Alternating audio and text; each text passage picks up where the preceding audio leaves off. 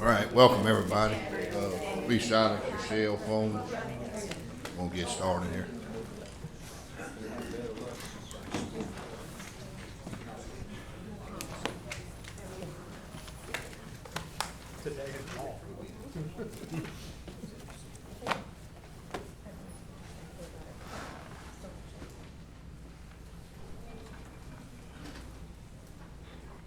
Right, anybody, we should have some green cards. Where's the green cards? On the back table. Anybody wants to approach the jury?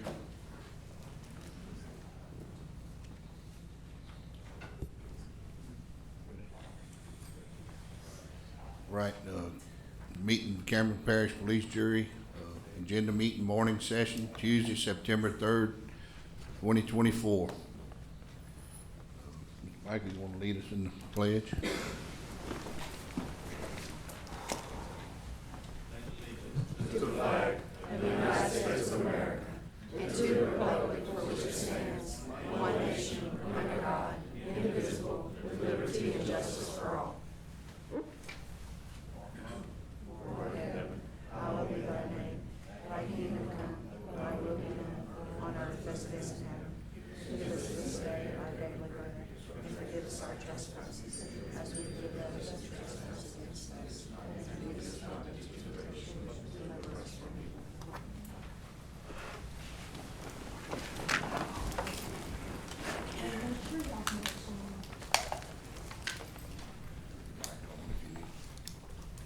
All right,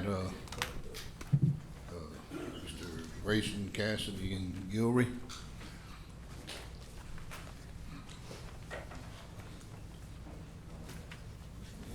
Morning. Morning.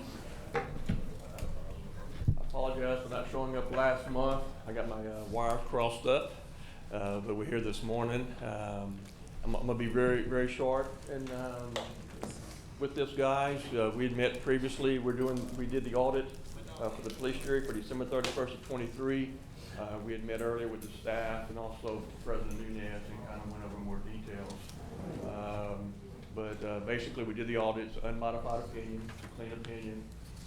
There are no findings, there's no reportable conditions in the audit. Everything was clean and straight. If there's 2 pages that you really want to look at in the report, pages 15 and page 17, I gave you the balance sheet and statement of revenue and expenses. I'm not going to go over any numbers, guys. Just to let you know that's really the meat of the report. I'm here for any questions. If none now, certainly any time. Certainly open to any calls, phone calls. I'll be glad to meet with anyone and discuss any item at all on the report.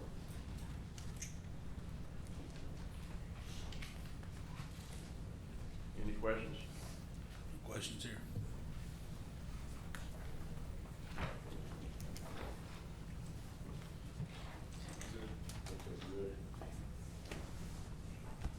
Thank you.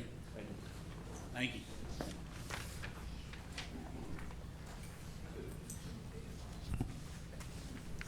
All right, Cooperative Extension Service Annual Report, Mr. Brandon.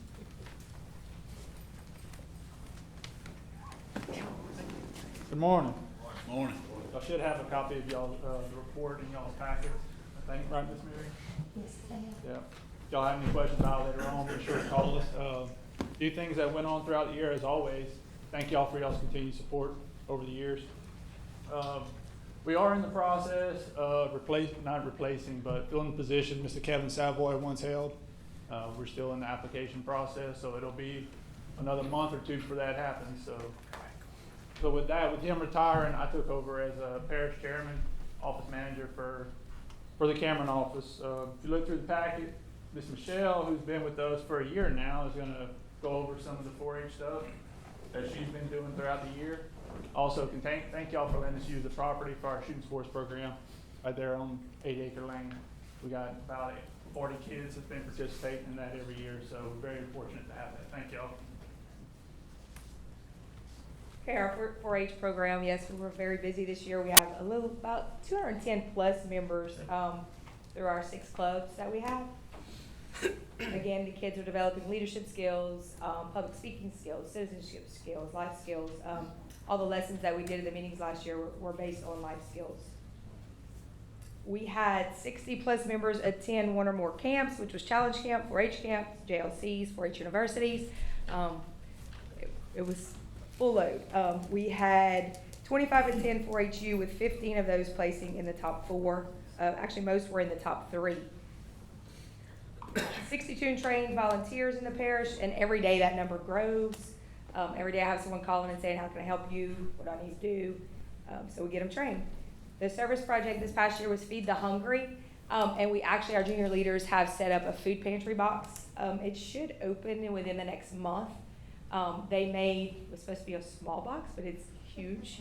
So we're gonna start collecting items and donations through our junior leaders to put there for the community to be able to come to that box and get toiletries or food, canned goods. In Grand Lake, it'll be at the office. It's on the front porch now. It's empty as of right now. We just got the legs and everything put on it last week. So, like I said, within the next month, we're gonna have that going for the community. I took 30, there was actually 40 people, to the rewards trip, to Gatlinburg and Pigeon Forge, Tennessee. We had 34 junior leaders come because they all earned it. Like, you have to earn the points, you have to earn everything, and they earned it. It was a great trip. I wasn't sure I'd be able to survive that with that many kids, but it was amazing. The kids were great. So other than that, we good. Anybody have any questions? Yes, I've been getting a lot of complaints. What is the board and the 4-H's future goal for, or are they planning on keeping the shows in Calcasieu or moving them back, or? Well, you want to speak on that? You want I'll me? do it. Okay. So, when the board met in August, end of last month, The last week. 26th. Yeah, we met the 26th. The idea was we're gonna need to vote on where we're gonna have it, either Calcasieu or Cameron, okay? The board voted on 10-4 to have it at the Burton, just for this year, okay? We are working on a plan and a budget to figure out what all we need to be able to get the show back in Cameron. We tried meeting with everybody last year in March. That didn't pan out, so now we got put behind the 8 ball of trying to get everything we need for this year. Okay. Yeah, because I know I've reached out to Miss Katie and some of the staff, got some pictures of some y'all's panels. That's, well, I guess both our panels. After they're y'all. Yeah, for the kids and stuff like that. And I've been getting a lot of, phone calls and stuff concerning about this. And we was looking at what we need to do to help y'all, bring it back to the parish. So anything that we could do, don't hesitate to reach out to us. We appreciate that. We're And we'll trying be to in get touch. right now items. Actually, we've been working on that for several months. But it was to get our board to come together to give us their input, and we finally were able to get it all come together. So, we're working on that every day to present to y'all. And if y'all need a list soon, later, please contact us. We'll work through that. If y'all got any questions or things, y'all come see us, please. Yeah. Yes, please. What is the few reasons of not bringing it back in time? What's the hurdles? Right now, it was just meeting with everybody, trying to get a plan together, because if we gotta go, if we gotta go through parish government, we gotta go through a bid process, okay? How long does it take for the bid process to play through? Fit for what? For panels and equipment, and so that's a time frame, okay? Instead of doing it in March where we got 10 months, now we got 4 months. So our time frame is getting. Another question that was brought to us was, like, how many members you have on this board? Board members. Board members? Yeah. There's actually 18. Yeah, it's 16 voted. Yeah. There's 18 voting members, and then if those members can't attend, then we have voting alternates. So are these appointed and who? They're appointed by the school districts. By the school districts? So FAA teachers get together with their people and they determine who's gonna serve on this board. Okay. Can y'all send us the list of who all the board members are in each of our areas? Sure. Thank you. And I know we talked earlier, Bradley, but, you know, if y'all do a walkthrough, and, you know, please include some of us. We can Absolutely. be there with y'all, to address the, you know, things we really need and things we can get by. So please keep us informed on what y'all have. Sure. Will do. We'll definitely Thank you. will. Thank you. Thank y'all. I believe you hear the echoing voice of pro Cameron Parish, right? So, I think that's just where we wanna go, and if we can help y'all along the way, please reach out. Thank y'all. Thank y'all. Mr. Butler. Butler Bourgeois.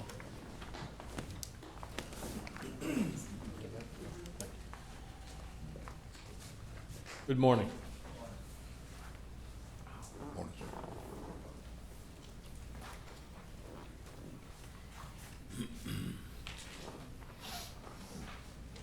Thank you.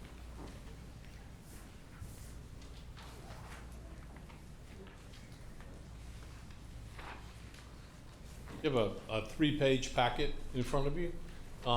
Today we want to take a look at renewing the insurance program that we have with Travelers. It's general liability, automobile, professional liability, errors and omissions, as well as excess workers' compensation and your equipment policy. Below that, we have a listing of the fire department insurance program, which is written through VFIS. And VFIS is a national program just for fire departments. They've been on the program since well before Hurricane Laura, and during Hurricane Laura, paid out just under about $8 million for the fire departments. So going to go through that. On the very first page, I just had a few notes just with regard to the insurance renewal on the general liability and the automobile liability. We did have an increase in revenue and payroll, which had caused an increase in our general liability. Our automobile rates were down slightly. We've done some training, over the last 2 years specific to defensive driving. And on the excess workers' compensation, our rates pretty much stayed flat, but our payrolls were increased. So we did have a slight increase there. On the fire department program, the general liability, automobile, and accident programs are fairly stable. The property program did take an increase as a result of AIG as the insurance carrier for the VFIS program. It did take an increase due to their having to purchase facultative reinsurance and their cost.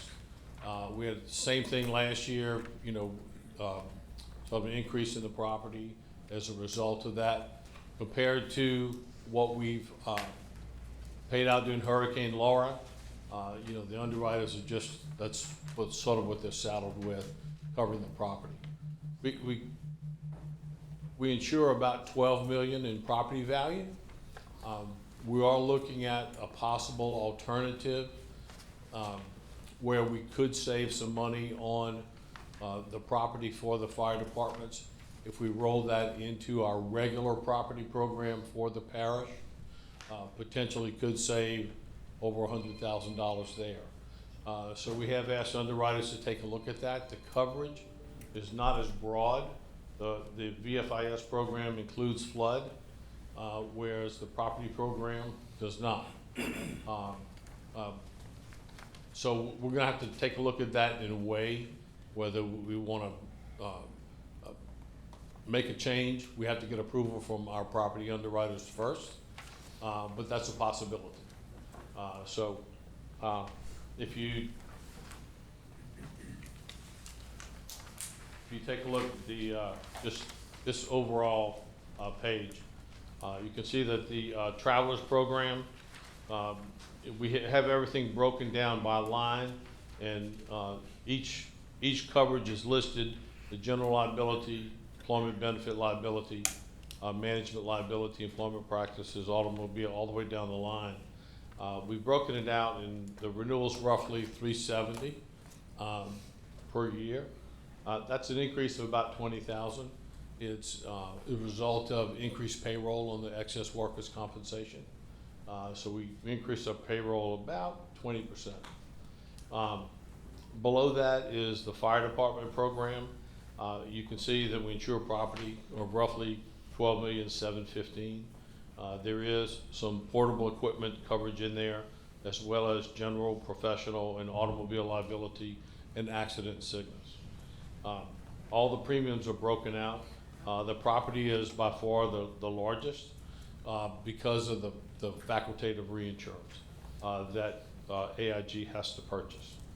We did have an increase in our comprehensive deductibles from $2,000 to $2,500. But overall, we are gonna take a look at the property option to see if that is available. I'd like to, And we also increased 5 stations. What's that? 5 new stations. oh, 5 new stations. yeah, so, yeah, we did increase, and we brought 5 new stations back online, you know, on the program, so that is probably part of the increased value there. So that is the renewal for the casualty with travelers, and then the fire department program with VFIS/AIG. Any questions? Not here.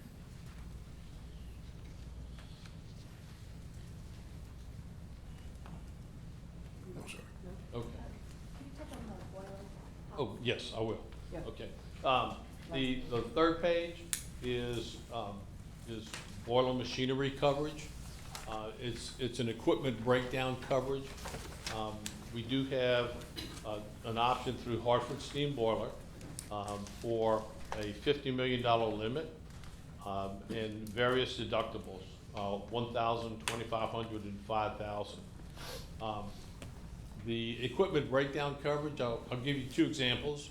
One happened during Hurricane Laura, and that was a drainage district in Lake Charles.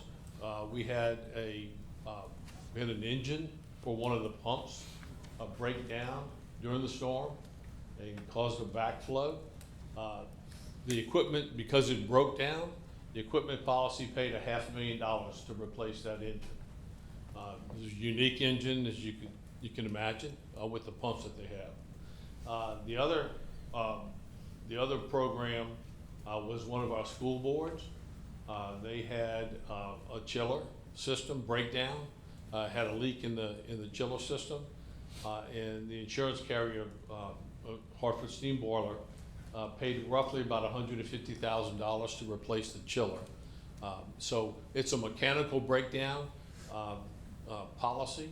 We recommend that you do purchase it, you know, for compressors, for chillers, things like that. It's very nominal premium, but when you have a breakdown, it can be pretty expensive.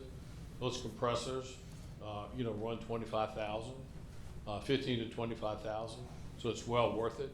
I'd recommend the $2,500 deductible, you know, on the program. So I think it's well worth purchasing. Question on that, does this cover all our entities or just the jury itself? So it covers what's listed on the property program. So all buildings that we have covered under property, this policy will pick up. We have 82 locations. And if we are able to put the fire stations on our property coverage, we'll pay out a little bit for the rest of this year. And then in January, when they all renew, so we'll put that 12 million in coverage that we have on those, on VFIS, we'll take that from them and put it on our property. So all our buildings would renew in February. We're gonna have to do a little adjusting on some of the personal property coverage that we have, like stuff that, equipment that they put on the fire trucks or they don't, but we're working on that. So everything, all of these that we're talking about today renew on the 15th. So I'll still be working on that with Butler even after tomorrow. So to get that done before, you know, they renew. But if that's a possibility for them to do that, and it would save us anywhere from $150,000 to $250,000 a year, because of when we filed the claim with VFIS and then we did the lawsuit and we got paid, it caused us about $8 million in loss. So that we take a huge hit on that.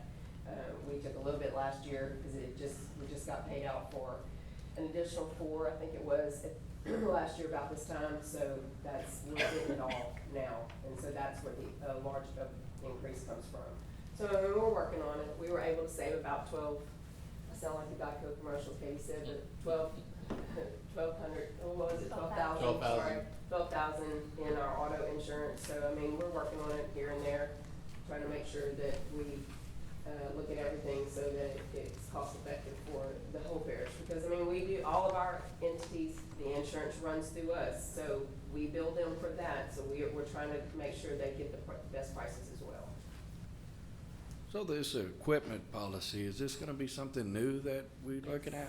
Yes, it's something that I went to a class on a couple of months ago. Yes, ma'am. And we have a lot of problems here with the coolers and some stuff at the jail, and it breaks down really often. We pay about $2,000 out every time it breaks down, and this could help cover that cost. You know, there's a deductible involved, I understand that, but if it pays half of what we are losing, it's well worth it, so. And just from me looking at it, this is just equipment in buildings or actual like heavy machinery? So it could, any equipment that supports the building. Okay. So it would be your air conditioning, your compressors, even the telephone system if it broke down, mechanically. What about generators? Absolutely. Yeah, generators and our phone systems, all the beeping sometimes y'all hear in here, because it's our electronics and other stuff, if that's causing part of the problem, and we can file a claim on it. The biggest thing is don't throw it away. They wanna come see it, they wanna make sure that it's damaged in the way that we say. And the key difference is a property policy would pay for, say, lightning strikes, you know, windstorm, things like that. But it doesn't pay for mechanical breakdown. This is a very predictable policy. It's not like, you know, windstorm, when is the wind gonna blow? It stays fairly stable. And the design is, it is gonna pay out, but the larger numbers kind of works for it. But it's a good coverage to have, inexpensive premium, and I think we'll use it. We'll probably get our money back in the first 2 years. They call it a boiler policy because that's all it used to cover, but now it's such a broad range of equipment that most of the public entities are picking it up if they don't already have it, because it's something that's been really beneficial for most, so. Is there exclusions in it, like saltwater damages or stuff like that they try to get away from? See, that's gonna be Salt air? more windstorm related.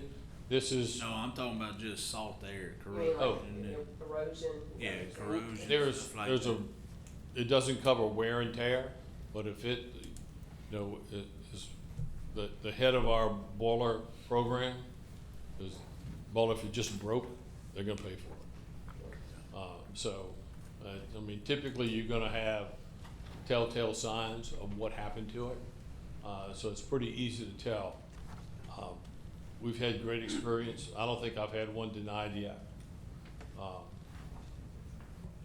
Katie, is there any way of looking at this, taking on a new policy, that we could get the finances on the wear and tear or breaks that we've been paying versus what this policy will cost us? Yes, sir. Kayla can run you a report. She'll have it available for you before the next meeting, before the next voting meeting. Just give her about 20 minutes. Thank you, ma'am. Any other questions? One question I got, what's the total increase in all? Here it is, Do you have it? Yep. Actually, Kayla has the I data don't have available the for you right now. figures. I don't have the figures, but I do know the sensors at I think the courthouse, with the generator power we're on, sometimes it throws surge or whatever it is. but that's $1,500 every time a sensor goes out, and for months, we were doing 2 sensors a week. So that's $3,000 a week we were paying to replace sensors. That was back, but Would That covered? That's not, that one's gonna be questionable. I can get an answer for you on that. I will get y'all Because of another the list. Electrical service. Just the air That's what, conditioners that's here. what I worry about is. I know, and that might be what's them causing all this exclusions. here, cause our air conditioners here, we done spent, Shane, Always good to The hear guy that that exclusion. did the seminar, the guy that did the seminar Very broad. said, it's very broad. He said, when you call in, you tell them that you're having problems with the sensors, they will send somebody out and look at it. It's a possibility it could be covered. So, I mean, it may not be, they may not consider it a power surge. So, he said, don't not call. Don't throw them away and don't not call, because it could be covered. That's how he explained to us. And the overall increase is, Historically, my time would be $1,500 trying to work through all them exclusions, so. Yeah. Y'all are on the Yeah. payroll, but I don't mess with that. Yeah, the, there for the travelers. I don't like okay. it. The difference on the travelers program, up at the top is roughly 20,000, and that's a result of increased payroll, increased revenue. On the, BFIS program, it's an increase mostly in the property of 149,000. From last year, and we did put 5 new, fire stations. Oh, back in. 149 total, I'm sorry. Yeah, 149 total, yeah. Yeah, That's but with the- BFIS is 120. Yeah, BFIS is 129, and the travelers is approximately 20, so it's 149 total is the increase. But the Rockefeller, the one at the Wreck, the Little Chenier, and then one in, Grand Lake and, oh, no, Cameron, Maine, came on, yeah. That came online. Yeah, and we did take, Miriam off, which we got a credit for that last year too, so. But, anyway. So we are, any questions?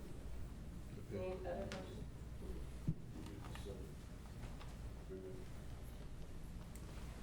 Thank you. Thank you. Thank you. Appreciate Thank you. both of you. Thank you. All right, occupational license. Yes, sir. So I'm going to take this one. As everyone is aware now, we have a new sheriff in town, Sheriff Savoy. He took office July 1st. And one of the first things that he wanted to do was reassess his office and see how he could better serve the public. One of the things that he identified as a way to improve service to the public was to delegate the collection of the occupational licensing to the police jury. So for right now, the way things work and how they've worked for many years was anyone that wanted to do business in Cameron Parish had to go to the sheriff's office to apply for an occupational license. Now, if they were constructing a brick and mortar type business, they would have to come to the police jury office, get a permit with us, then the permit department would have to send them to the sheriff's office, file for their occupational license, then the public would have to come back to the police jury, prove that they went to the sheriff's office, and then complete their paperwork. And so after Sheriff Savoy reached out to me, we looked at, whether or not we had the staff capable of administering this program, whether or not we also agreed with him that it would better serve the public, and our staff absolutely agrees it would. For a business owner to come to one place and have a one-stop shop is going to be very beneficial to that business owner. It's going to save them a lot of time. They have the health unit, public health inspectors in this office. Your construction permits are here, and then now your occupational licenses could be issued here in the same day without ever leaving the building. So we would like to ask you guys to pass a resolution. It's on your voting meeting to make it effective July 1 of 2025 to designate your parish treasurer as the collector of your occupational licensing. The reason why we chose July 1, 2025, it's because the sheriff's fiscal year runs from July 1st to June 30th. Our fiscal year is a calendar year. After speaking with his staff and with him, we feel like the best time to make that transition is at the end of his fiscal year. And so we would want to request you to pass the resolution telling us it's okay to designate us as the collector of licensing, and then that would give us a good 9 months to work through the transition. Whether or not we needed to hire someone, if we needed to purchase any software, it would give us time to do that. And to properly train. Right now, I think Lexi Trosclair is the one that collects it, and so she would like to take some time to train the new person. And so we would need a little bit of time for that as well. So that is on your voting meeting. Do you have any questions? You good with that, Mr. Salvo? Thumbs up. Absolutely. Thank you. Yeah, I think it would be very beneficial to have it over here at the police jury, just for the simple fact you ain't gotta run back and forth and stuff, try to consolidate it, and I think it'd save a lot of time and stuff.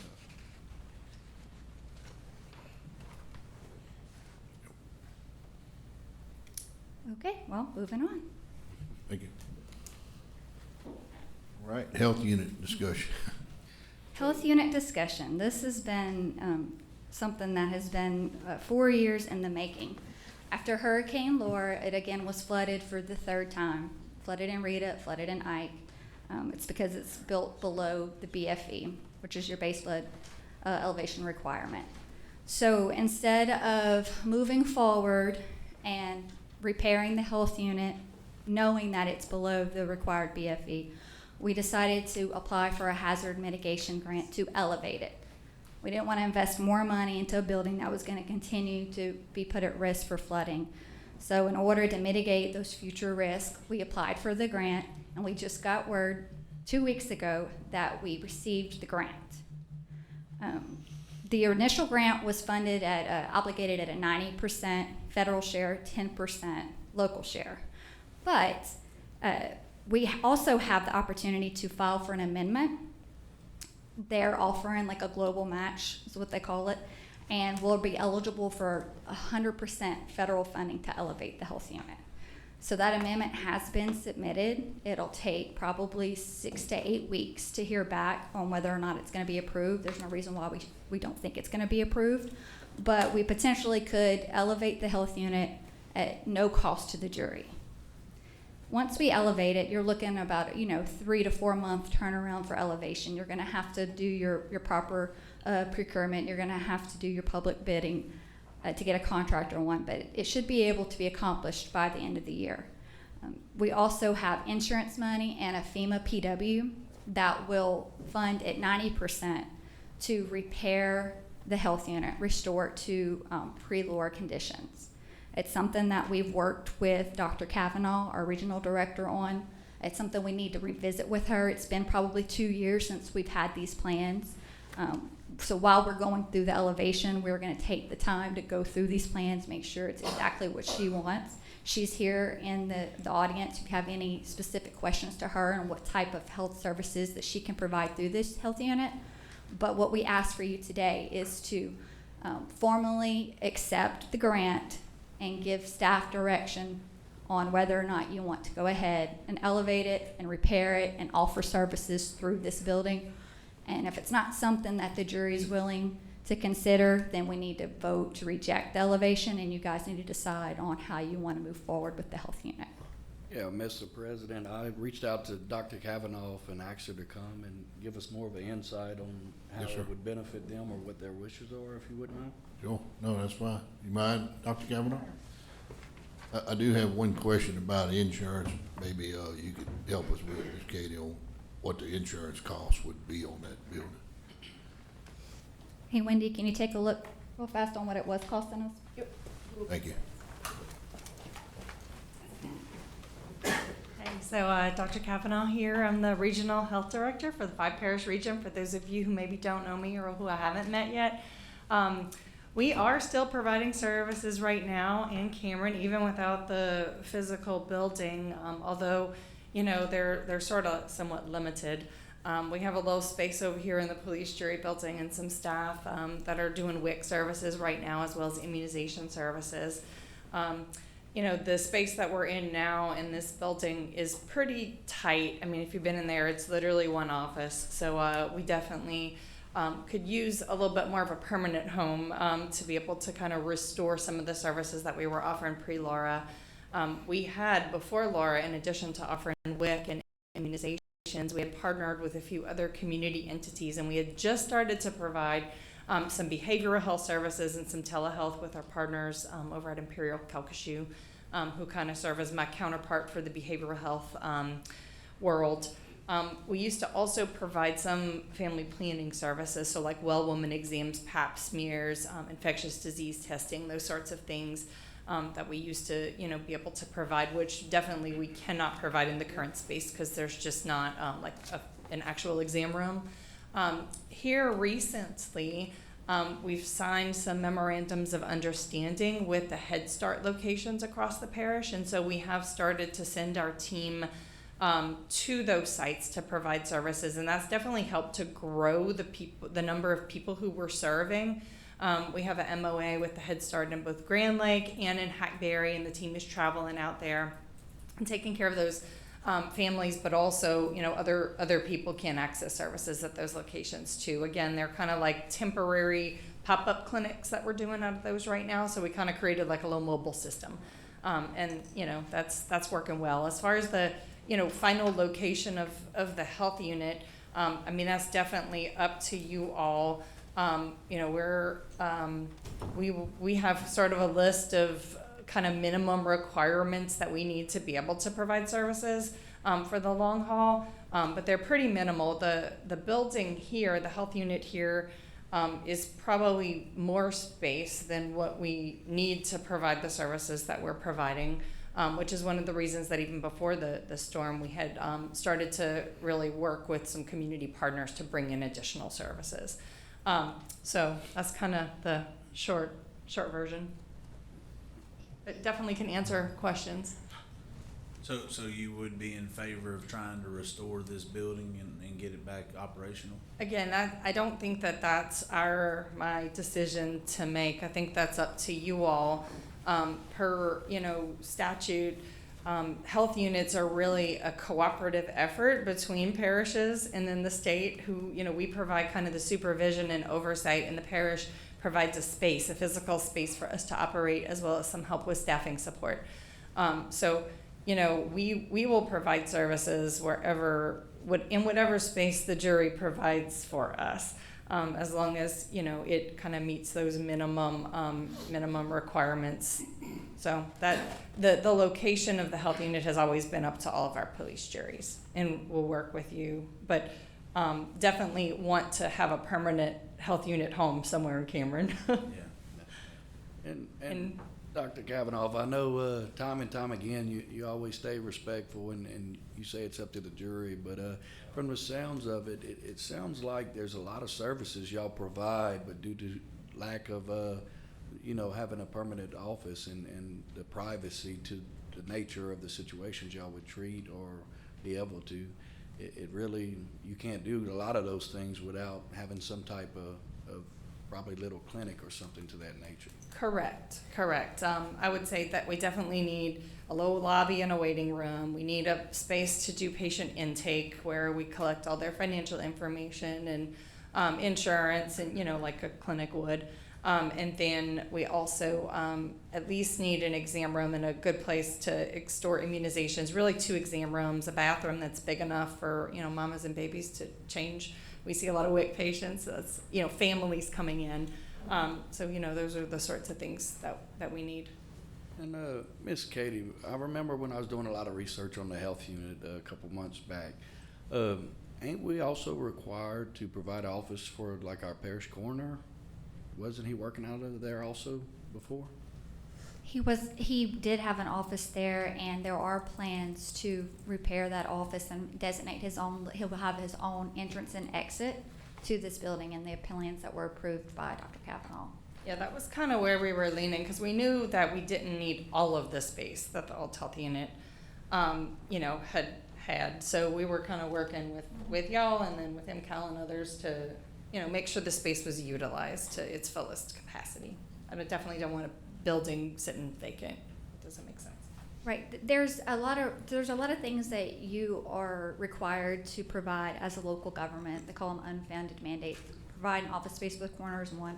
Also caring for the prisoners, medical is another. And so when we sat down and we were planning out how to best utilize the space, Dr. Kavanaugh had recommended that, you know, she could only take over a certain section of it, but she was offering to let the coroner have an office there, but then also maybe make some flex space for some exam rooms that maybe could be utilized to house a doctor or someone that would be able to provide services to the prisoners. Right now, you're paying someone to transport the prisoners to the emergency room every time they say they have a headache. So that's something that the sheriff is also working on with myself on trying, how do we cut down on the cost to do our prisoner medical care, with the hospital being closed, and right now South Cameron Memorial, the closest place is Lake Charles. And so if we can provide some sort of service and telehealth right here next door to the jail, it's going to significantly cut down on costs. That was just my concerns, and I think that's be the deciding factor on everything. Definitely, we wanted it to elevate. I remember when we discussed this quite a few months back, that was the main goal, to make sure when a storm comes, y'all ain't sitting there 4 or 5 years waiting on us to repair it yet again. I think is the ultimate goal from the previous jury, and also I would hope it would be our goal also. Good. Okay. Thank you. Thank you, Doc. Katie, on this topic, does a decision have to be made today on this, or, I guess what I'm wondering is, from a cost analysis standpoint, can we do a little research on that? Before Yeah, moving absolutely. forward? We can, if you want to table it this month, it can wait 1 month, but I think at some point, you know, this jury needs to give some clear direction to the staff on what your intentions are with the space, because we have been waiting on the elevation grant. Now that it's here, if it's something that you're not looking at replacing and you want to just outsource the health services through different buildings, then you might want to go ahead and look at just tearing the building down.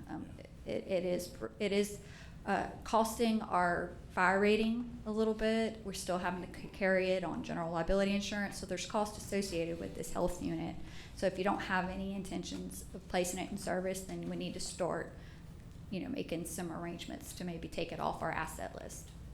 Thank you. I know just a lot of us don't want to build something that, you know, can't sustain itself. I think that's just being a good steward of the parish. I really think the actual health unit is very beneficial. I really didn't know much about them until I started researching them and seeing all what they entail of and what they do. So I think we would just want to see it, make sure it could stay afloat with the taxes it got. Yes, Would be so our main concern. your residents just renewed the tax for 10 years. Okay. Right now, you're collecting on average, when you levy the full amount, around $600,000 per year. Pre-Laura, the annual operating cost was around $150,000. I would expect it to be a little bit more, because it's, you know, it's been 4 years later. I'm sure insurance is going to be a little bit more. But for right now, there's no reason for us to believe that your tax doesn't collect enough to pay for your basic operations of the building, which is insurance, utilities. We have an opportunity here, guys, to get this bill back, to make it meet code. And I think it's our responsibility to provide them a place. If we tear that unit down, then we have to come up with the money to build a new building or to find a place for this to be housed. So I think it makes good sense to take advantage of the grant while it's available. And we already have the insurance to prepare the building after we raise it. So. And we have a new roof on it already. We put a new roof on it after the storm. Yeah. So it wouldn't sustain any more damage. It has, up until last year, we had $750,000 in coverage for fire and wind, which cost about $245,000. And then we have $500,000 in flood with contents coverage. That's about $10,000. So, Miss Wendy, I know you deal with insurance a lot. Would it, being we're elevating it, would the insurance stay the same, drop, or be more? Flood insurance will go down, the flood insurance coverage will go down, but I mean, it also depends on what we have to cover it for. You know, what's it gonna cost us to build it, and so, but I mean, the parish has passed the tax, like Katie said, so I mean, the money's there to do this, and with the grant, you know, and then you're by not doing this, you are taking this, opportunity for our public to have a clinic, a place for their WIC and other things. So I mean, we have the money to do it, but it is up to y'all. But I mean, the tax is there, the money's there to pay for, it'll pay for itself. So the tax has just been renewed for 10 years. We're getting a grant to elevate it. And do we already have the money set aside to rebuild our insurance money for the building? It's a FEMA PW obligation. It's obligated right now at $1 million, and that's based off of cost estimates. So it will be reconciled according to what the actual bids come in at. But right now, FEMA has committed to paying for anything extra outside of your insurance cost to repair the building. A couple months ago, we was here with the hospital and the health unit, and the rebuild of that was around like $1 million something to that nature. To give us a roundabout idea, I think it was like 1.3 or something like that. Don't quote me, but I mean, to me, it sounds like everything's the right time, right place, and it's done been 4 years, probably a little over 4 years. And I mean, to me, the money's there. I just think it's a great idea to try to utilize all the space if it's not necessary for her. I think if we can open other opportunities and bring back to her parish seat, so I think it's a good move. And when we elevate, I'm assuming we're gonna get an insurance break. Insurance break. That's luckily determined.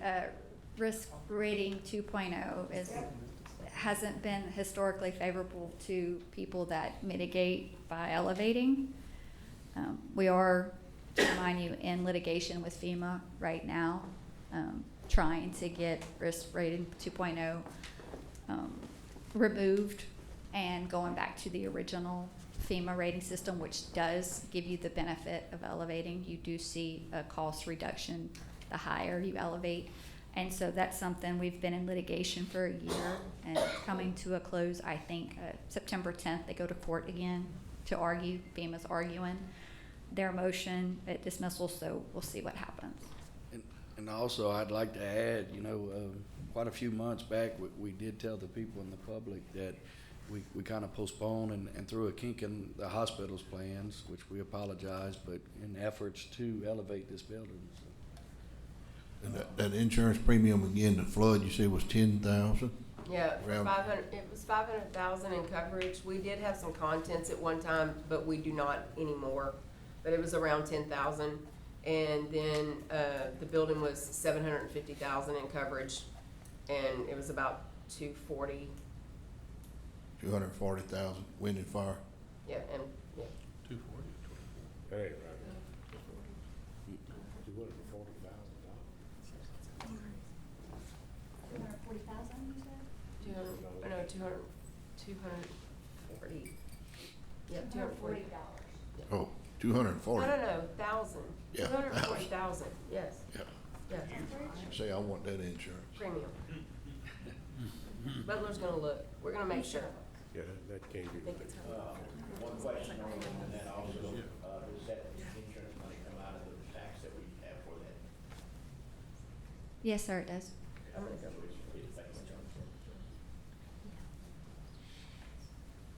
So just based off, say, 300,000 insurance and say double the cost, you said it was about 24,000. 24,000. Yeah, that's good. 24,000. Add an extra zero. Last You day just for- as soon self-insure for that. Yeah. I was looking at another building. So about 35,000 total with flood, right? Yes, Okay. yes. With those numbers, I'll stop there. I was Yep. just gonna go on a tangent. Sorry about that, having a brain moment. You weren't helping with me. I know, I know. All right, any other questions? Then the review, everybody reviewed the agenda. I'll be brief, but we have a couple of questions. On, motion of, to approve permits A, what is that about? Are we damaging the aquifer? No, so they self-reported a spill. And so they're applying for an emergency permit to go and delineate where exactly the contamination ends and fresh soil begins. And that's what the permit is for. They will follow up with a permit to clean once they have clear delineated lines. And on, B, why do we have to have a permit? They have to have a permit to get that truck, I mean, that's. What's that to do with fire? Well, I mean, anytime you are going to do any type of work in a wetland area, anywhere that's submerged, water, wetlands, if it's affected, you still have to have a permit.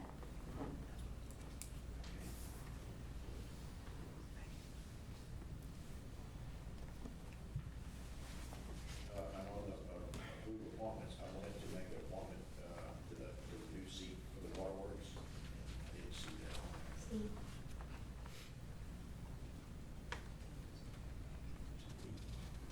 It looks like E, the appointment, the sixth member, Mr. And, what's the 24, what is that, we're signing an all these? Mr. Evan is actually in the audience representing his interests. Would you like to ask technical questions? Yeah, I have know you. while we're signing, do we have some property that he's leasing? Mr. Evan, go ahead. He made the trip. He wanted to present it to you guys. Yes,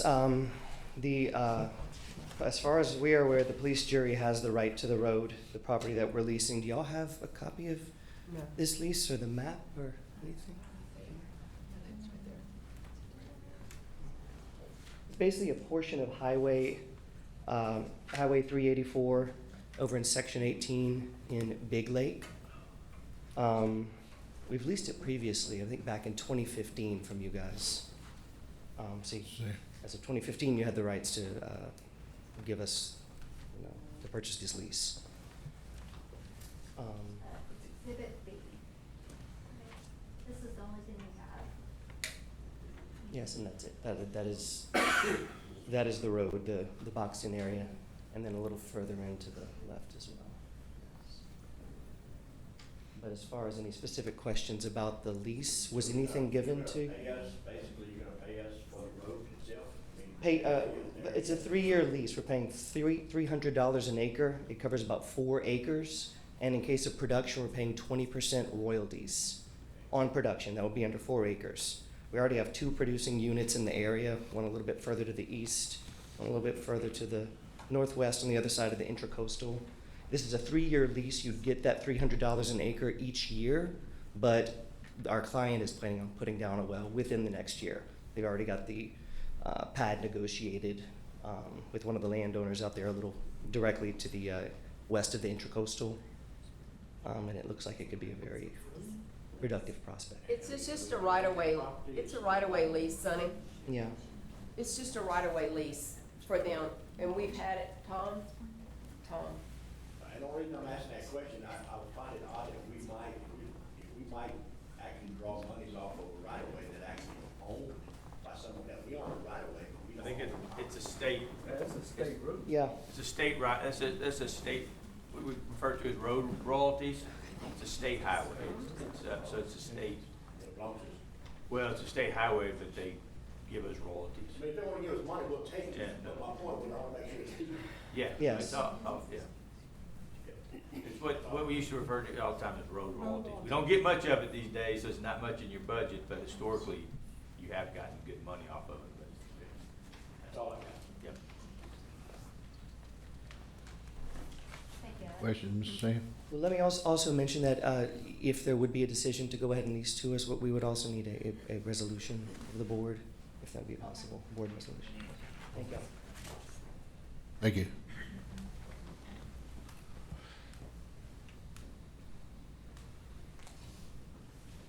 questions, May?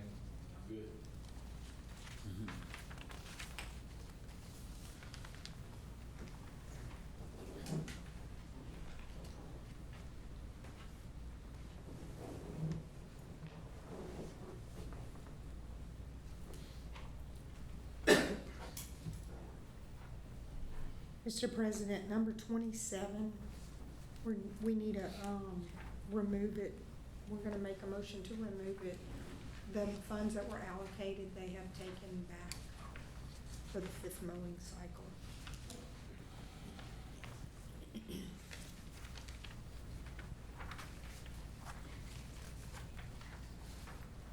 You wanna remove it?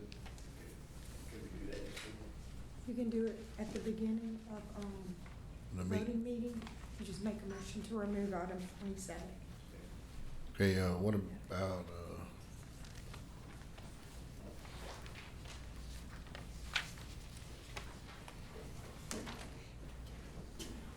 what about 26? Mr. Tall? Those are the right-of-ways for Jeff Davis Electric Company. Oh, was it?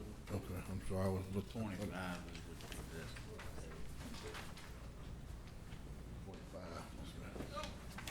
25.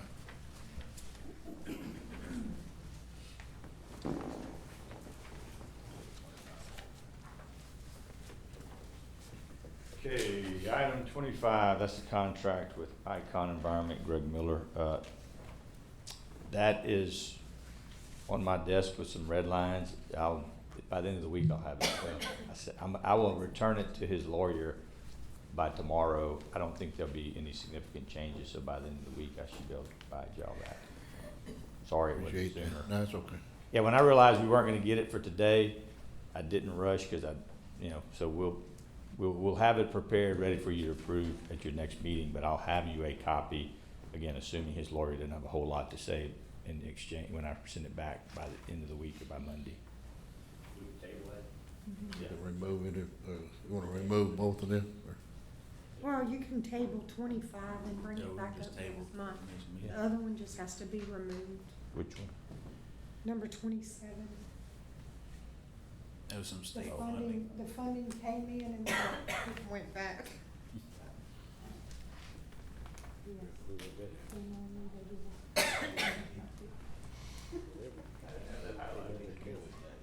Anything else from you guys? I think we're good, thank you. All right, sure. Mr. Ms. President, Katie. if I may, I have a few Yes. topics I'd like to cover with you guys. So agenda item number 12, we are going to be requesting a variance for the Creole Nature Trail public restrooms. This is an endeavor that started 2 years ago. The Creole Nature Trail board, they advertise Highway 27. It runs from Sulphur all the way through Johnson Bayou, Holly Beach, Cameron, and back up through Lake Charles. They advertise that as the Creole Nature Trail, and there are no public restrooms that are available along the route, especially since the Cameron Prairie Refuge restrooms haven't been repaired to date.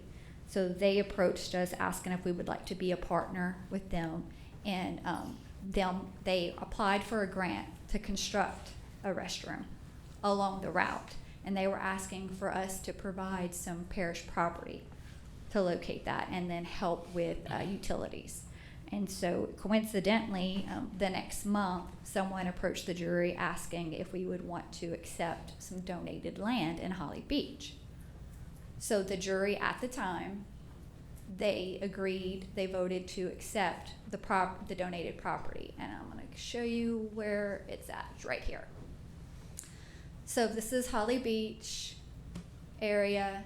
The green box is exactly where the property was that was donated to the parish. So the jury voted to allow this parcel to be used for the Creole Nature Trail restrooms.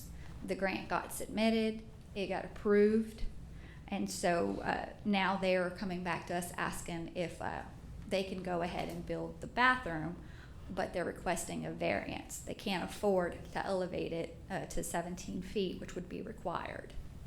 And especially being that it's going to be has to be handicap accessible, I think that it would be cheaper and would better serve the parish, the public, tourists, and any locals that utilize the beach if they were allowed to be granted this variance and build it with a handicap apron directly on the ground. So that's what exactly they are requesting. This is a picture of what it would look like. 2 stalls, unisex. It would be open to the public.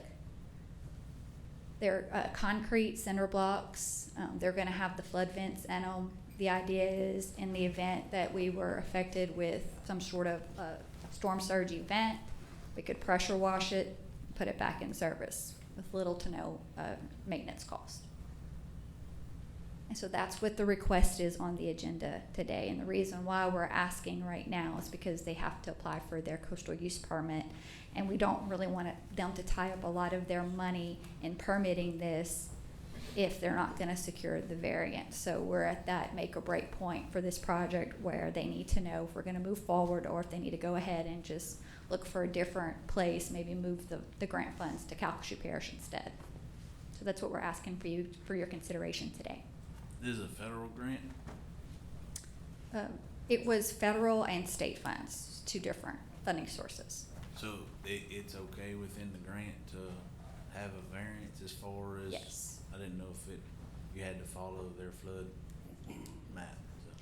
Your ordinance and federal permitting regulations do provide for, or allow for you to grant variances in certain circumstances. This is a qualifying event. Mr. Rand? Have you looked at that, Randy? What, the bathroom? Yeah. I haven't looked at it. I just wonder if I see the doors on one side, I wonder if the back side does it have like a flow-through wall, like we make people do with ag buildings and things? No, the plans You're are. gonna have vents in it, you know, you're gonna have flood vents in it. You'll have vents in it. Oh, yeah, you're gonna have to put flood If vents. you don't allow the water to go in it when it needs to, it's just gonna collapse anyway. Right, you're gonna have inlet and outlet with flood vents. You're gonna check that out, you're gonna check it out pretty good for me, you know. Work back, I'm all for it, but I wanna make sure that we're already pushing the code, we wanna make sure we're following the code as much as we can. It just won't be climatized if you put flood vents in it. I got pretty familiar with the variant stuff. So I'll touch a lot on it a little bit, and hopefully, please, Ms. Tom, correct me if I'm wrong on it. But when you're issuing a variance, you know, all these stipulations, that's null and void. You don't have to follow the stipulations. That's the whole purpose. If you look into a variance, it's for hardship, benefiting the parish. I mean, it's a number of things we could utilize a variance for. It's just we, the jury, and our legal counsel, Mr. Tom, to back us to do the right decision the right way. Is that correct, Mr. Tom? Yeah. Excellent, yeah, you really, He learned well. he is He's right. a variance expert. Because you all haven't faced this as a board, I'll take the opportunity to give you a little background, and Mark did a good job. You have the discretion to grant a variance, number one. It's your decision. Then the question becomes, there are some exceptions, but this is not one of the exceptions. So that's why it hence a variance. And there are considerations, and one consideration that I've suggested always is primary is it a benefit to the public as a whole, not just to an individual. This obviously is a public benefit for a number of different reasons. So that alone, I think, would justify your decision to grant the variance. The footprint is minimal. The consequences to the structure, you know, it's a minimal, it's a variance of minimal proportion. But you're right, y'all have that discretion, it's your decision, and you know, you make that decision based on multiple factors. One is that public benefit. So. And just so the jury knows, you confident in we're making the right decision if we decide one way or the other on this? I am confident that the decision you make can be supported. Thank you. And if it's in favor of a variance, again, what we've discussed already, and there's other reasons, it's a positive thing. Who you have to answer to is the FEMA. So if they come in and go, well, I think you made a mistake, I think we can justify our decision, in what we did. I mean, the cost of elevating it, maintaining an elevator, all those things, it's, at that point, it's not feasible. I mean, feasibility is a consideration. I don't think it should be the primary consideration, but, look, put this on the record. Once you get out of Hackberry, I mean, until you get to Johnson's Bayou, if one of the convenience stores happens to be open, I mean, there's not a restroom facility for an hour, if not more.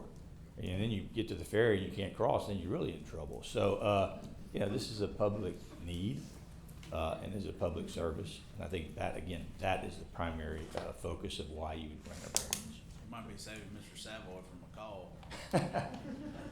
Absolutely. And a report that comes to my office just because somebody had a, human function. Anyway, okay, all right.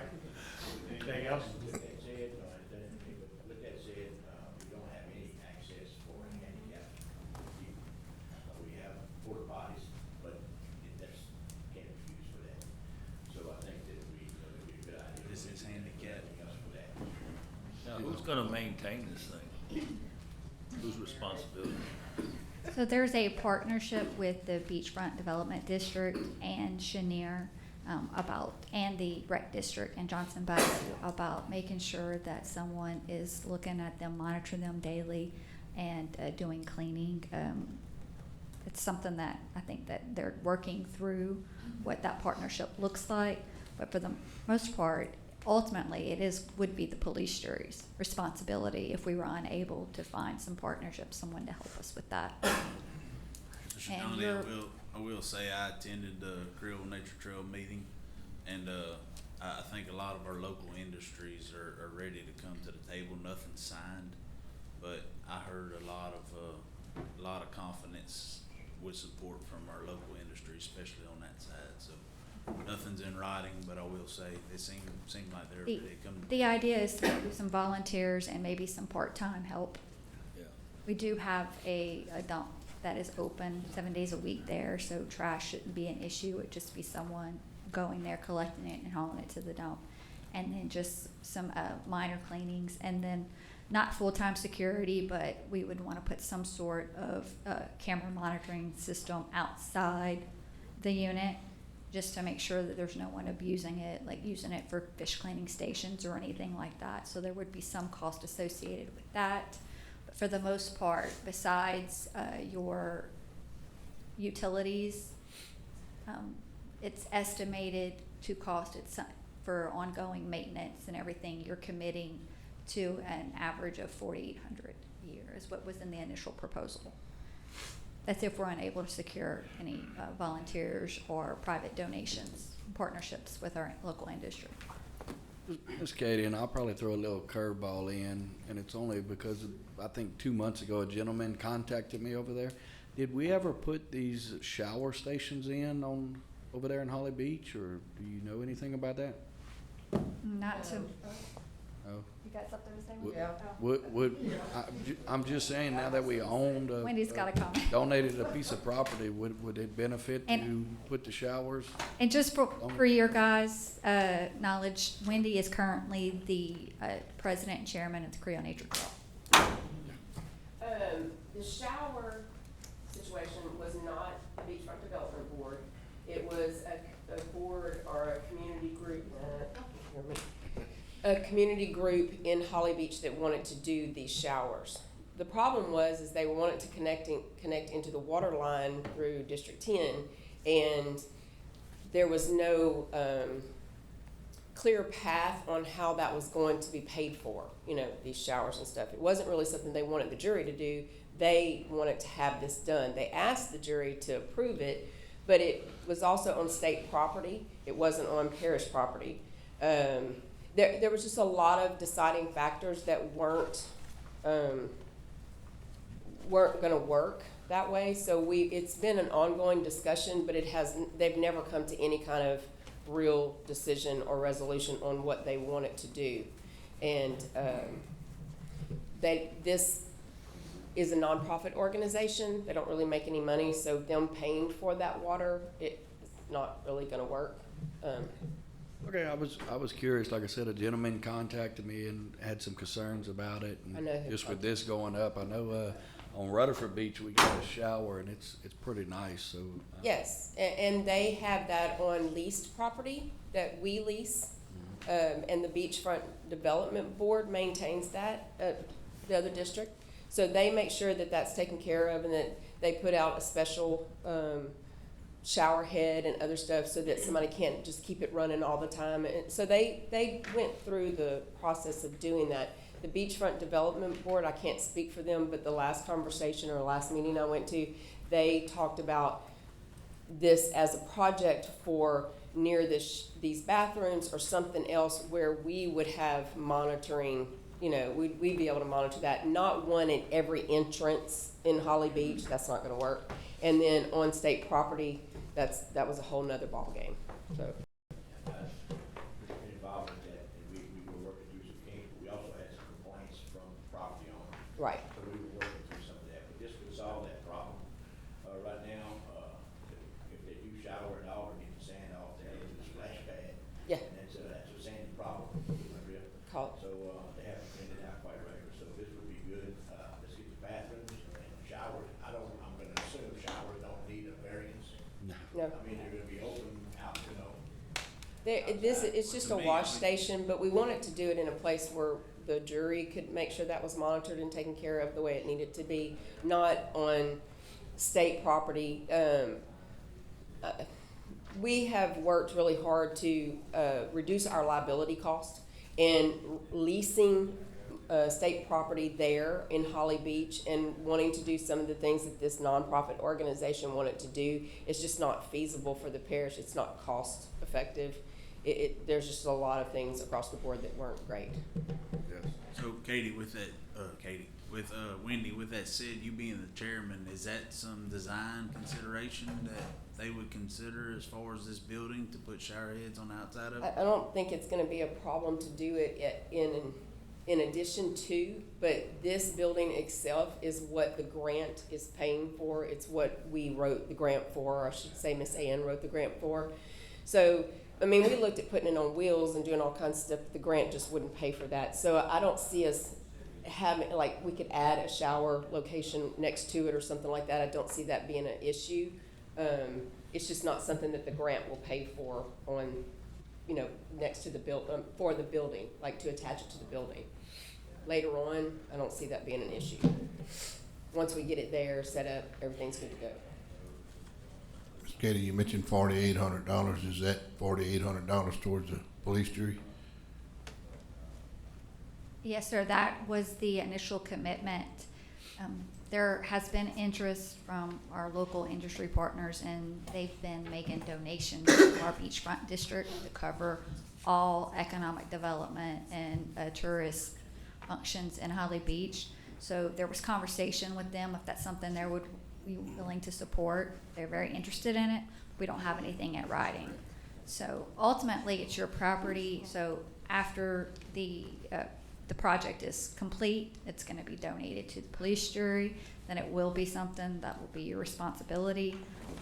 If you can't pay for it, the beachfront district, the rec district, industry, that's something that you guys, a partnership that we could explore.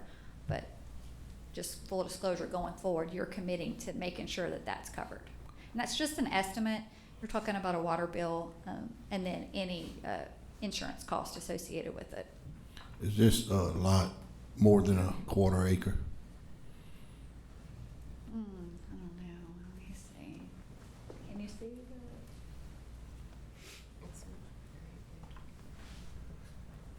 Can you read? The legal description? I don't remember, but I can find it. It should be on here. It's just too far away to. I don't have my glasses on. I believe it has to be 3 lots. I know according to DHH, more than a quarter acre. So if it doesn't have more than a quarter acre, you can't put a sewer or something for this bathroom.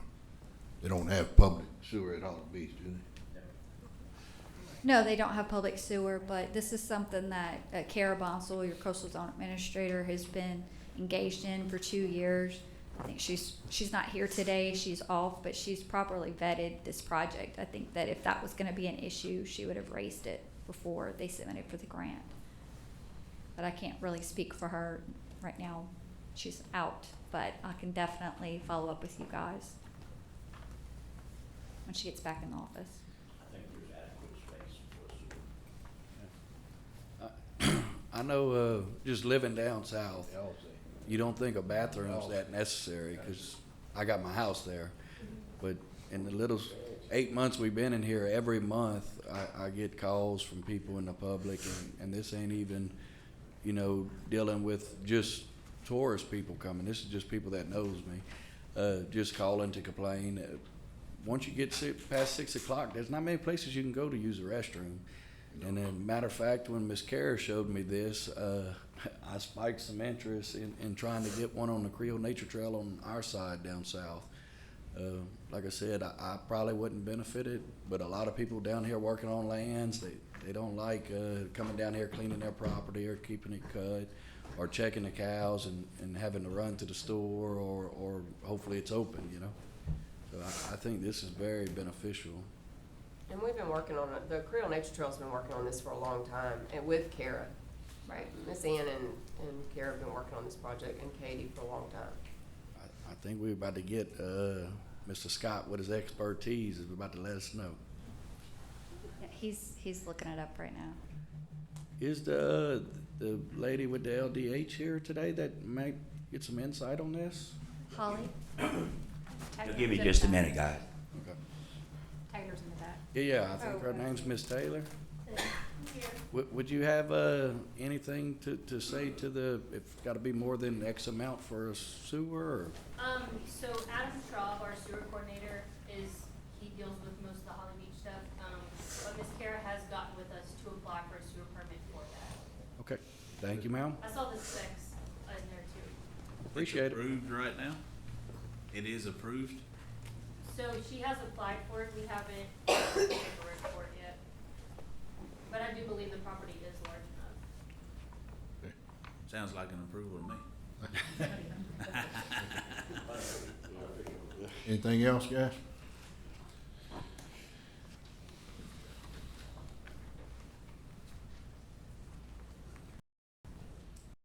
Any other items?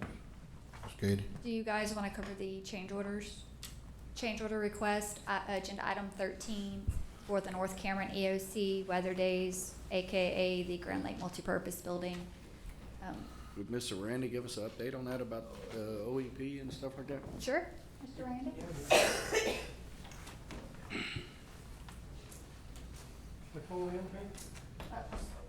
Start with North Cameron EOC and then go to OEP Pavilion.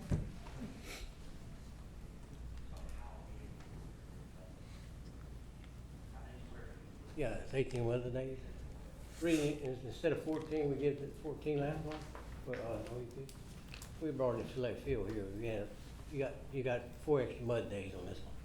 No, that's for the North Cameron DOC. The 18 days is for North Cameron DOC.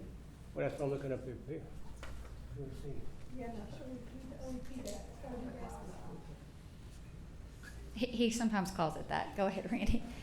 We're The Grand Lake talking- Multipurpose. What are we talking about? Grand Lake Multipurpose Building. Yeah, Yes. giving them 18 more days on it. That's what they asked for. It's weather days. We got 4 extra mud days because they brought in select field. Okay? And then on OEP. We got a change order for like $2,700, something. 2725 for relocation of generator. We relocated the generator pad, and, you know, they had came in, it was quite a bit higher than that, and they adjusted it, and they ain't asked for no extra days. But the substantial completion, we're gonna deny it. I recommend denying them, because we ain't maybe 60% done on the building. That's 15. So now, The relocation, is that our relocation or that's the contractor relocating? well, there's a, So guys, just to kind of provide some context, when the OEP Pavilion went out to bid, it went out to bid with an alternate. The original base bid was for restoring the OEP pavilion as it was prior to Hurricane Laura. The alternate was to convert it to be usable space for mosquito control, to store their chemicals. And at the time, we had a budget of not to exceed $300,000 for mosquito control. We didn't know what the bid was gonna come in at, so if the bid's alternate came in at anything in excess of 300,000, we were directed to reject the bid. If it came in below that budget, then we could accept it. The problem with bidding it that way was that the generator pad was placed on the building like we weren't going to accept the alternate, because we weren't for sure if we were gonna have the budget or not. So the generator's located next to the OEP pavilion, like that was the end of the building.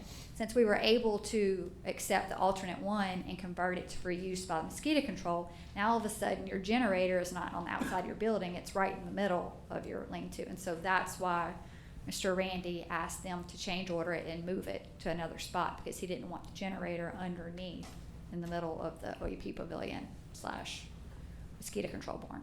So that's how it ended up there in the wrong place. You got me confused. But he did some negotiating, and they were able to minimize the cost. Yeah, But and I mean, we did a washer for an RV pad on the side of the building, the generator pad, so it came out, but it's around $2,700. And I think it's feasible to me. The only problem is, guys, we were supposed to be accepting the building, time's up, so, What's your recommendation, Mr. Rand? It's up to y'all. Y'all gotta make a decision on if you wanna give them more time. But I'm just letting you know, we had to give them extra 30 days last meeting. You remember that, correct? Yes, sir. Yes. Well, we was trying to put the next thing on the agenda is substantial completion on it, but About it 60%. ain't even 60% done. We still got a lot of work. So now, Mr. Randy,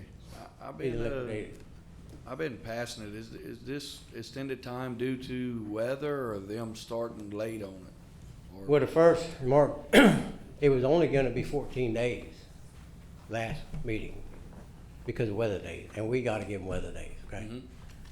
Well, Danny, correct me if I'm wrong, you said you talked to Lewis? Yes, sir. And then him and Lewis worked out, he wanted extra 30 days. Well, we knew they couldn't do it in 14 days. They hadn't even started. Right. So we gave them 30. Yeah. And it's, So Danny made a motion, give him extra 30 days. Well, the 30 days is up. But they did start that following Monday after concrete cured. Oh, exactly. They So started. they've been working on it. But what I'm saying is we can't do a substantial because we're not, Yes. you can't do a substantial till at least 80, 85%. Yes. So now he's out of days. So if it's not on the agenda for an extra time, but, and you're always more concerned about LD liquidated damage days, so I don't know how y'all gonna wanna handle it after this. You understand what? So now he's done the contract. He's got penalties. He's under contract, went over the days, we gave him extra days and Right. he's over that. And we was trying to wait to make sure we thought we could do the substantial, but so nothing's on the agenda about any extra more days. Is it true? You can't do that? no, they would have to come to the meeting in October and request it. Thank you, Mr. Randy.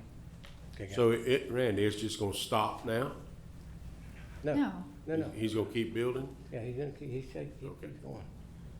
I mean, if he don't, the less days he's late, the better he is, What you can expect to happen at your next meeting, if you table at this meeting, Right. then it'll be on your agenda next meeting, and at that time, they'll either submit a change order requesting more days, you can reject it, or you can assess liquidated damages per day that they were over contract, or, you could say, we'll accept it substantially complete, and we're electing not to assess liquidated damages.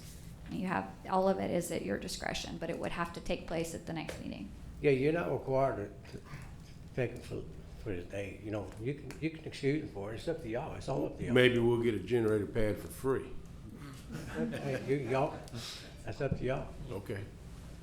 Ms. Katie, with the OEP, But I mean, we got on the agenda today for the generator pad Yes, sir. change order, you know, so if we hold that up now, we can hold them back, okay? Okay. Is the mosquito board or mosquito control tied in with this building for a little bit to store their chemical or something? Yes, so there's gonna be a CEA that's gonna be executed, that's gonna say that they are paying for everything that was built, to their specs. It was, I think, the alternate, and this is by memory, it was about $202,000, I think is what it actually cost for them to do to renovate it, to make it usable for chemical storage, and their loading and mixing area, which is gonna be on the west side of the building. So they're gonna pay for that section, and then moving forward, the utilities associated with it, because it's gonna have power, that will be at the cost to the mosquito control. They will pay that electric bill, and we'll just have a CEA that says we both utilize the building. The police jury is responsible for half of the insurance cost, and the mosquito control is responsible for the other half of the insurance cost and the power. Would, and this is, like I said, only my opinion, could we reach out to the mosquito control and see what their thoughts on, being they got a, piece of the pie in there? They've already voted on it. Oh, so- This was done prior to even constructing the building. Yeah, They no, voted no. on it. I'm talking about like with 2 years the, the project, over the days and stuff like that. I don't know if they would raise concern or they would be all right with it, or, Okay, yep, I can definitely call their president and see if they have any comments. and that's just because they, they got $200-something thousand tied up in there. Right. So this particular change order would be the responsibility of the jury, but I could certainly call them and ask, absolutely. Yeah, no, I would just like more insight. I know Okay. dealing with certain entities, we might be the government authority, but at the end of the day, I still like to know their perspective on it. Okay, For myself. I'll do that for you. Thank you, Ms. Katie. Any other questions, guys? Ms. Katie? I do not, unless there's anything else on the agenda. Oh, I guess we can talk about capital outlay funding. We apply for capital outlay funding every year to the state legislator. The applications are due the first week of November. Asking authority to start developing those project applications and get them submitted. Projects that we have applied for and we are going to apply for moving forward are going to be shoreline protection projects and road improvement projects. And then our latest pet project was Marshall Street pump project, trying to get a pump placed at the end, kind of right here where, off of Marshall Street, where everything floods, all those roads stay flooded, actually constructing a pump right there to pump everything out to the lateral. And so we've received funding 2 years in a row. We're gonna go ahead and submit another application to see if we can cover the cost of we covered the planning and the design, and now we want to go to construction and request construction dollars. Mr. Shane, is that, she's talking about placing a pump kind of where I've been working with you to get the water off Main Street right here? Okay, yeah, 'cause Ms. Kara gave me the stuff. We was looking for the outlet pipes to see if it's not letting water in, 'cause I know, I got quite a few phone calls and, looking at it, the time it flooded, it was a high tide with a storm with no rain, so it's gotta be coming in from somewhere. So me and Mr. Shane, and then we got Ms. Kara to kind of see if we could stop that, but that definitely sounds. I thought we found those, I thought Thomas and had found them, all them covered. We hadn't found them all. I guess not, Mr. Sonny. We still got water coming in. Well, a pump won't help if we don't find where the water's coming from. No, but we're looking for one. We're looking for them now. We're not sure what's going on. The as-built that DOT provides is not consistent with what we were seeing when we're out there doing surveying. And so I think that's something that Shane and Kara's been working, and when Gary was here, they've been working directly with DOTD staff. DOTD did go make some improvements in their drainage, stormwater drainage infrastructure along Marshall Street. We constructed the berm to reduce tidal flooding, and so we are slowly chipping away at it, but it's been a true partnership with DOTD. We are continuing to work toward it, and I think the next thing that we're investigating is that there is a outfall by Monkey Island on the as-built that no one can locate. And DOTD's under the impression that maybe they didn't build it that way. They eliminated it, but they can't say why. But we're inclined to think that maybe it was constructed and it's just collapsed somewhere. And so we've been working trying to locate that. Well, correct me if I'm wrong, but isn't that water backing up through those drains? So it's gotta be coming from their drain, not from something we've done, but something they got. Yeah, I've been working with Mr. Shane on it. Like I said, I've been getting quite a few phone calls, you know, from people that live in my area and stuff that's got to drive through. Actually, Ms. Kara, I got a map from the state highway, and then we was actually, if we couldn't find them or read it, I was actually gonna go see DOTD if you wanted to tag along and see Sure. if we can get them on board too. We can do that.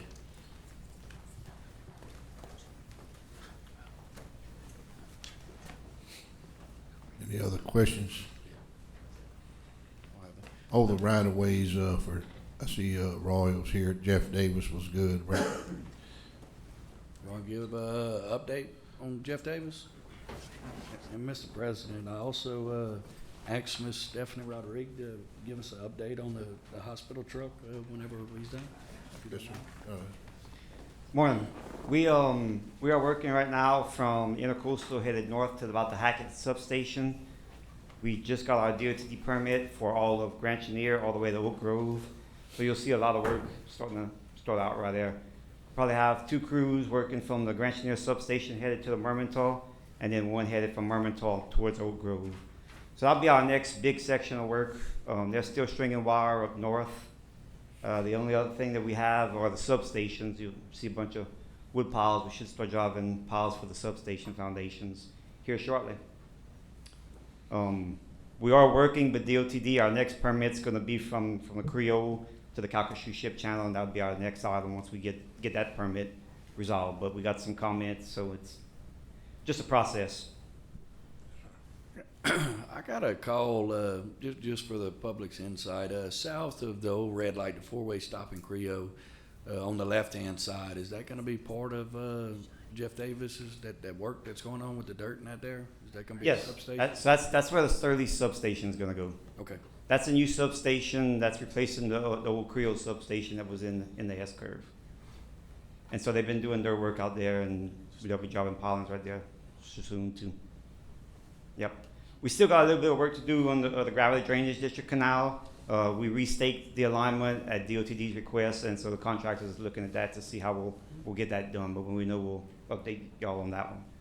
And also, Mr. Bo, I just want to go out. I remember we had a little meeting, and a lot of the public been calling and saying that the wait times has been tremendously, shortened. So I don't know if that had anything to do with it or not, but whatever y'all doing, yeah, with the people appreciate it. Okay, well, good. We had to tighten them up a few times, but I think we got them working in the right direction on the bypasses and everything. Yes. So. There was a right-of-way question? No, I don't think, No, there's 3 right-of-ways that we are having to sell to Royal, but they're in there. But everything's been vetted by the DA and recommended for signature. Okay. All right. Any other questions? Nope. Appreciate it. When they coming on the west side? After the first of the year. Which year? 2025, we'll be there. All right. All right, thank y'all. Thank you. Thank you. Anything else, yeah? Hey, Miss Stephanie, would you mind giving us a report on the hospital? Sure, but okay, yeah, okay.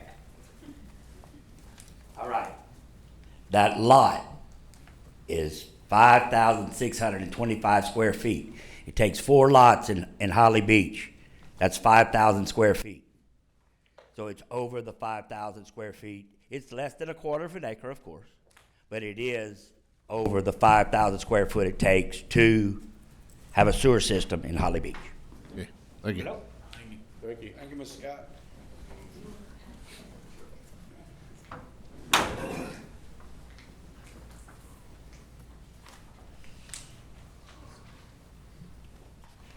Good morning. Mr. Daigle had indicated that you'd liked an update on the various hospital projects. I know he specifically just asked about the temporary mobile unit, and that actually should be on site, we hope, by September 15th. The contract to prepare the site work is set for completion by September the 13th. I just had the opportunity to meet Ms. Taylor Lejeune in person. She and I had spoken via email about the existing sewer system. Apparently, at some point, the top of the system was damaged by something hitting it, and the original subcontractor to Shannon Smith had said it would take 2 months to get that poured in, but the construction company was able to find a new contractor, and he did have that particular piece of equipment. So I included all the projects and where each one is, as well as the backup documentation. So the trailer site, all of that work is pretty much done, just waiting on the contractor to do the actual site work. The clinic renovation and elevation of that existing doctor's lodging quarters, that's probably about 60 days from advertising. And the majority of that was not on the renovation side, but on the elevation side. And we were able to use one of the local engineering firms to be able to help us with that. The demo should be starting within 60 days, but they've already started mobilizing equipment there. Again, that was Shannon Smith, and that's probably the most interesting bid tab that's in here, because the low, the $133,800 low, the high end of that was actually $439,000. So that's quite a range in demo, and with some projects that I'm familiar with in disaster recovery, it seems like the demos, no matter where they are, whether they're here or in Lake Charles, wherever, there's always a huge differential between the high and the low. So I thought you'd find that interesting. The new hospital, the finished floor elevation will be 13 feet, and at present, we're negotiating with the grants manager and the FEMA consultants to work through that PW. But in the meantime, the design is going forward. At the very last page is a sketch. It's not our exact piece of equipment. You do have all the quotes and final prices on the mobile unit, but there is an example of what it'll look like with the new logos. And of course, everything is a 90-10% cost share with FEMA. So the design, the graphics package would have cost us $15,000 if we would have obtained it from the company before the unit left Ohio. It also came with a 90-day turnaround or a delay of 90 days to get it done there. So we opted instead, the board opted to have it done in Lake Charles, and it's actually, instead of the $15,000, it was only $8,497.64 to have it done here. And the cost, of course, the bottom line cost to the taxpayers will be $849.76 with the FEMA cost share. Looks good. Thank you.